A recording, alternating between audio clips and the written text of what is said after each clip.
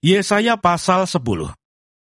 Celakalah mereka yang menentukan ketetapan-ketetapan yang tidak adil, dan mereka yang mengeluarkan keputusan-keputusan kelaliman untuk menghalang-halangi orang-orang lemah mendapat keadilan, dan untuk merebut hak orang-orang sengsara di antara umatku, supaya mereka dapat merampas milik janda-janda dan dapat menjarah anak-anak yatim. Apakah yang akan kamu lakukan pada hari penghukuman dan pada waktu kebinasaan yang datang dari jauh? Kepada siapakah kamu hendak lari minta tolong? Dan di manakah hendak kamu tinggalkan kekayaanmu? Tak dapat kamu lakukan apa-apa selain dari meringkuk di antara orang-orang yang terkurung dan tewas di antara orang-orang yang terbunuh. Sekalipun semuanya ini terjadi, murka Tuhan belum surut dan tangannya masih teracung. Tentang celaka yang akan menimpa Asyur. Celakalah Asyur yang menjadi cambuk murkaku dan yang menjadi tongkat amarahku. Aku akan menyuruhnya terhadap bangsa yang murtad, dan aku akan memerintahkannya melawan umat sasaran murkaku, untuk melakukan perampasan dan penjarahan, dan untuk menginjak-injak mereka seperti lumpur di jalan. Tetapi dia sendiri tidak demikian maksudnya, dan tidak demikian rancangan hatinya. Melainkan niat hatinya ialah hendak memunahkan dan hendak melenyapkan tidak sedikit bangsa-bangsa. Sebab ia berkata, bukankah panglima-panglimaku itu raja-raja semua? Bukankah Kalno sama halnya seperti Karkemis? Atau bukankah Hamat seperti Arpad? Atau Samaria seperti Damsyik? Seperti tanganku telah menyergap kerajaan-kerajaan para berhala, padahal patung-patung mereka melebihi yang di Yerusalem dan yang di Samaria. Masakan tidak akan kulakukan kepada Yerusalem dan patung-patung berhalanya, seperti yang telah kulakukan kepada Samaria dan berhala-berhalanya? Tetapi apabila Tuhan telah menyelesaikan segala pekerjaannya di Gunung Sion dan di Yerusalem, maka ia akan menghukum perbuatan ketinggian hati Raja Asyur dan sikapnya yang angkuh sombong. Sebab ia telah berkata, dengan kekuatan tanganku aku telah melakukannya, dan dengan kebijaksanaanku, sebab aku berakal budi, aku telah meniadakan batas-batas antara bangsa, dan telah merampok persediaan-persediaan mereka. Dengan perkasa aku telah menurunkan orang-orang yang duduk di atas tahta. Seperti kepada sarang burung, demikianlah tanganku telah menjangkau kepada kekayaan bangsa-bangsa, dan seperti orang meraup telur-telur yang ditinggalkan induknya, demikianlah aku telah meraup seluruh bumi, dan tidak seekor pun yang menggerakkan sayap, yang mengangakkan paruh, atau yang menciap-ciap.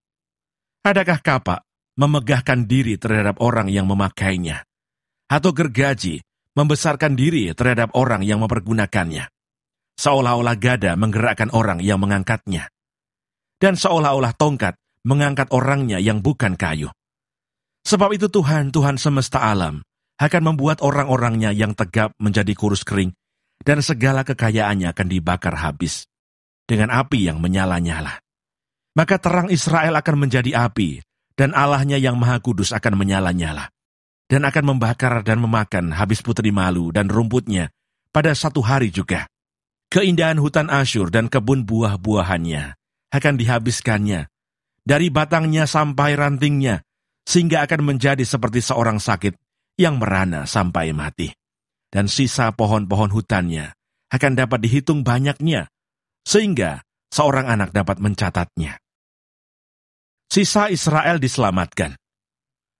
Tetapi pada waktu itu, sisa orang Israel dan orang yang terluput di antara kaum keturunan Yakub tidak akan bersandar lagi kepada yang mengalahkannya, tetapi akan bersandar kepada Tuhan, yang Maha Kudus, Allah Israel, dan tetap setia. Suatu sisa akan kembali, sisa Yakub akan bertobat di hadapan Allah yang perkasa. Sebab sekalipun bangsamu, hai Israel, seperti pasir di laut banyaknya, namun hanya sisanya akan kembali. Tuhan telah memastikan datangnya kebinasaan, dan dari situ timbul keadilan yang meluap-luap. Sungguh, kebinasaan yang sudah pasti akan dilaksanakan di atas seluruh bumi oleh Tuhan, Tuhan semesta alam.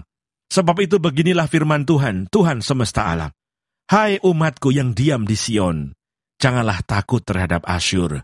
Apabila mereka memukul engkau dengan gada dan menghantam engkau dengan tongkatnya, seperti yang dilakukan Mesir dahulu. Sebab sedikit waktu lagi amarahku atasmu akan berakhir, dan murkaku akan menyebabkan kehancuran mereka. Tuhan semesta alam akan mencambuk mereka dengan cemeti, seperti ia menghajar Midian di gunung batu Oreb, dan mengayunkan tongkatnya ke atas laut Teberau, dan mengangkatnya seperti di Mesir dahulu. Pada waktu itu beban yang ditimpakan mereka atas bahumu akan terbuang, dan kuk yang diletakkan mereka atas tengkukmu akan lenyap. Orang Asyur maju menyerang. Asyur telah muncul dari Rimon, dan telah datang menyerang Ayat. Ia telah lewat dari Migron, dan Mikmas diaturnya perbekalannya. Mereka telah menyeberang dari jurang penyeberangan sambil berteriak, Geba, tempat permalaman kita. Penduduk Rama gemetar, penghuni Gibea Saul melarikan diri. Keluarlah jeritanmu, hai putri Galim. Perhatikanlah, hai Laisia. Jawablah dia, hai Anatot. Penghuni Madmena lari jauh-jauh. Penduduk Gebim pergi mengungsi. Hari ini juga Asyur akan berhenti di Nob, mengacung-acungkan tangannya ke arah gunung putri Sion, bukit Yerusalem. Lihat, Tuhan semesta alam, akan memotong dahan-dahan pohon dengan kekuatan yang menakutkan. Yang tinggi-tinggi tumbuhnya akan ditebang, dan yang menjulang ke atas akan direndahkan. Belukar rimba akan ditebas dengan kapak, dan Libanon dengan pohon-pohonnya yang hebat akan jatuh.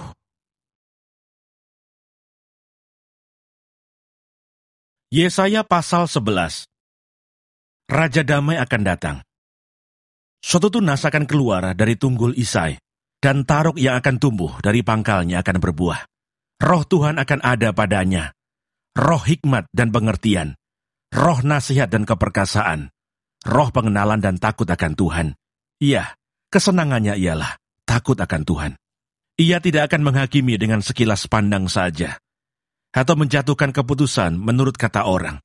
Tetapi ia akan menghakimi orang-orang lemah dengan keadilan, dan akan menjatuhkan keputusan terhadap orang-orang yang tertindas di negeri dengan kejujuran. Ia akan menghajar bumi dengan perkataannya seperti dengan tongkat, dan dengan nafas mulutnya, ia akan membunuh orang fasik. Ia tidak akan menyimpang dari kebenaran dan kesetiaan, seperti ikat pinggang tetap terikat pada pinggang. Serigala akan tinggal bersama domba, dan macan tutul akan berbaring di samping kambing. Anak lembu dan anak singa akan makan rumput bersama-sama, dan seorang anak kecil akan menggiringnya. Lembu dan beruang akan sama-sama makan rumput, dan anaknya akan sama-sama berbaring, sedang singa akan makan jerami seperti lembu. Anak yang menyusu akan bermain-main dekat liang ular tedung, dan anak yang cerai susu akan mengulurkan tangannya ke sarang ular beludak. Tidak ada yang akan berbuat jahat atau yang berlaku busuk di seluruh gunungku yang kudus, sebab seluruh bumi penuh dengan pengenalan akan Tuhan, seperti air laut yang menutupi dasarnya. Maka pada waktu itu, taruk dari pangkal Isai akan berdiri sebagai panji-panji bagi bangsa-bangsa. Dia akan dicari oleh suku-suku bangsa, dan tempat kediamannya akan menjadi mulia. Sisa-sisa Israel akan kembali. Pada waktu itu Tuhan akan mengangkat pula tangannya untuk menebus sisa-sisa umatnya yang tertinggal di Asyur dan di Mesir, di Patros, di Ethiopia, dan di Elam, di Sinear, di Hamat, dan di pulau-pulau di laut. Ia akan menaikkan suatu panji-panji bagi bangsa-bangsa, akan mengumpulkan orang-orang Israel yang terbuang, dan akan menghimpunkan orang-orang Yehuda yang terserak dari keempat penjuru bumi. Kecemburuan Efraim akan berlalu, dan yang menyesakkan Yehuda akan lenyap. Efraim tidak akan cemburu lagi kepada Yehuda, dan Yehuda tidak akan menyesakkan Efraim lagi. Tetapi mereka akan terbang ke barat, ke atas lereng gunung Filistin, bersama-sama mereka akan menjarah Bani Timur. Mereka akan merampas Edom dan Moab, dan orang Amon akan patuh kepada mereka. Tuhan akan mengeringkan Teluk Mesir dengan nafasnya yang menghanguskan, serta mengacungkan tangannya terhadap sungai Efrat, dan memukulnya pecah menjadi 7 batang air, sehingga orang dapat melaluinya dengan berkasut. Maka akan ada jalan raya bagi sisa-sisa umatnya yang tertinggal di Asyur, seperti yang telah ada untuk Israel dahulu, pada waktu mereka keluar dari tanah Mesir. Yesaya pasal 12. Nyanyian syukur atas keselamatan. Pada waktu itu engkau akan berkata, Aku mau bersyukur kepadamu ya Tuhan, karena sungguh pun engkau telah murka terhadap aku, tetapi murkamu telah surut dan engkau menghibur aku. Sungguh, Allah itu keselamatanku. Aku percaya dengan tidak gementar, sebab Tuhan Allah itu kekuatanku dan mazmurku. Ia telah menjadi keselamatanku. Maka kamu akan menimba air dengan kegirangan dari mata air keselamatan. Pada waktu itu kamu akan berkata, bersyukurlah kepada Tuhan, panggillah namanya.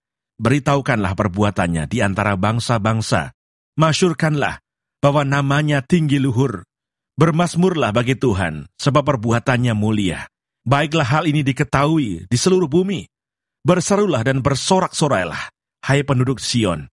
Sebab yang Maha Kudus Allah Israel, agung di tengah-tengahmu.